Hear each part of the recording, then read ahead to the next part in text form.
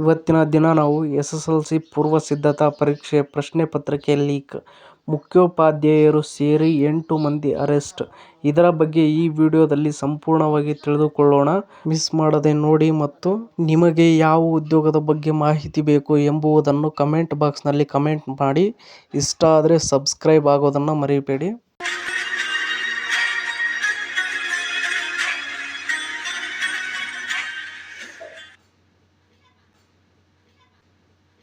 SSLC ಪೂರ್ವ ಸಿದ್ಧತಾ ಪರೀಕ್ಷೆಯ ಪ್ರಶ್ನೆ ಪತ್ರಿಕೆ ಸೋರಿಕೆ ಪ್ರಕರಣದಲ್ಲಿ ಶಿಕ್ಷಕರು ಮತ್ತು ವಿದ್ಯಾರ್ಥಿಗಳು ಸೇರಿ ಒಟ್ಟು 8 ಆರೋಪಿಗಳನ್ನು ಪೊಲೀಸರು ಬಂಧಿಸಿದ್ದಾರೆ. ಬೆಂಗಳೂರು ಉತ್ತರ ವಿಭಾಗದ ಸೈಬರ್ ಪೊಲೀಸರು ಈ ಪ್ರಕರಣವನ್ನು ಭೇದಿಸಿದ್ದು, ಬಂಧಿತರಲ್ಲಿ ವಿವಿಧ ಜಿಲ್ಲೆಗಳ ಶಾಲಾ ಶಿಕ್ಷಕರು, ಸಹ ಶಿಕ್ಷಕರು, ಮುಖ್ಯೋಪಾಧ್ಯಾಯರು ಹಾಗೂ 2 ಅಪ್ರಾಪ್ತ ವಿದ್ಯಾರ್ಥಿಗಳು ಸೇರಿದ್ದಾರೆ. ಇನ್ನು ನೆಕ್ಸ್ಟ್ ನೋಡುವುದಾದರೆ, ಹಿಂದಿ ವಿಷಯದ ಪ್ರಶ್ನೆ ಪತ್ರಿಕೆ ಯೂಟ್ಯೂಬ್ನಲ್ಲಿ ಹರಿದಾಡುತ್ತಿರುವುದು ಪತ್ತೆಯಾಗಿತ್ತು. ಸಮಾಜ ವಿಜ್ಞಾನ ಇಂಗ್ಲಿಷ್ ಪ್ರಶ್ನೆ ಪತ್ರಿಕೆ ಕೂಡ ಲೀಕ್ ಮಾಡಲಾಗಿತ್ತು. ಕೆಲವು ಪ್ರಶ್ನೆ ಪತ್ರಿಕೆಗಳನ್ನು ಸಾಮಾಜಿಕ ಜಾಲತಾಣದಲ್ಲಿ ವೈರಲ್ ಮಾಡಲಾಗಿತ್ತು.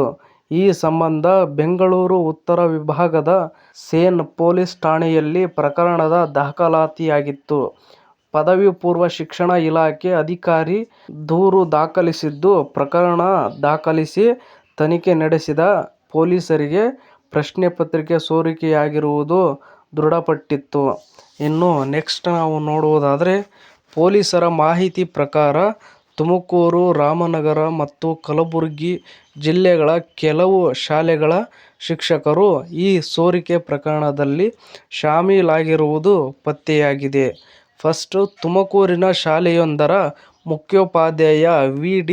ಗಿರೀಶ್ ಮತ್ತು ರಾಮನಗರದ ಸಹ ಶಿಕ್ಷಕ ಅಹಮದ್ ಖಾನ್ ಸೇರಿದಂತೆ ಕಲಬುರಗಿ ಜಿಲ್ಲೆಯ ಶಿಕ್ಷಕರು ಹಾಗೂ ಸಹ ಶಿಕ್ಷಕರು ಬಂಧನಕ್ಕೊಳಗಾಗಿದ್ದಾರೆ. ಇನ್ನು ನೆಕ್ಸ್ಟ್ ನಾವು ನೋಡುವುದಾದರೆ, ಬಂಧಿತರ ಪೈಕಿ ಕಲಬುರಗಿ ಜಿಲ್ಲೆಯ ಮುಖ್ಯ ಶಿಕ್ಷಕಿ ಶಾಹಿದಾ ಬೇಗಂ, ಶಿಕ್ಷಕ ಮೊಹಮ್ಮದ್ ಸಿರಾಜುದ್ದೀನ್ ಮತ್ತು ಸಹ ಶಿಕ್ಷಕಿ ಫಹಮೀದಾ ಹಾಗೂ ಶಿಕ್ಷಕಿ ಫರ್ಜಾನಾ ಬೇಗಂ ಇದ್ದಾರೆ. ಇವರ ಜೊತೆಗೆ 2 ಅಪ್ರಾಪ್ತ ವಿದ್ಯಾರ್ಥಿಗಳನ್ನು ಪ್ರಕರಣಕ್ಕೆ ಸಂಬಂಧಿಸಿದಂತೆ ಬಂಧಿಸಿ ವಿಚಾರಣೆ ನಡೆಸಲಾಗುತ್ತಿದೆ.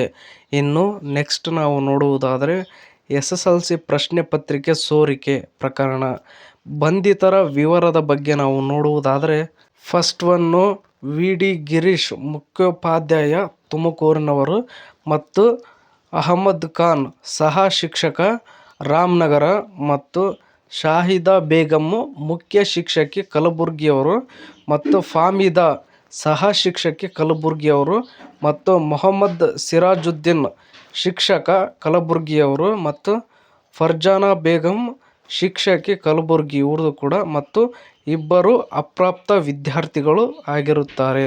ಇನ್ನು ನೆಕ್ಸ್ಟ್ ನಾವು ನೋಡುವುದಾದರೆ, ಸದ್ಯ ಬಂಧಿತ ಆರೋಪಿಗಳನ್ನು ಪೊಲೀಸರು ವಿಚಾರಣೆ ನಡೆಸುತ್ತಿದ್ದು, ಪ್ರಶ್ನೆ ಪತ್ರಿಕೆ ಸೋರಿಕೆ ಯಾವ ರೀತಿಯಲ್ಲಿ ನಡೆದಿದೆ, ಇನ್ನಿತರರು ಶಾಮೀಲಾಗಿದ್ದಾರೆಯೇ ಎಂಬುದರ ಬಗ್ಗೆ ತನಿಖೆ ಮುಂದುವರೆದಿದೆ ಮತ್ತು ಶಿಕ್ಷಣ ಕ್ಷೇತ್ರದ ಪಾವಿತ್ರ್ಯಕ್ಕೆ ಧಕ್ಕೆ ತಂದಿರುವ ಈ ಪ್ರಕರಣ ರಾಜ್ಯಾದ್ಯಂತ ಆತಂಕ ಮೂಡಿಸಿದೆ.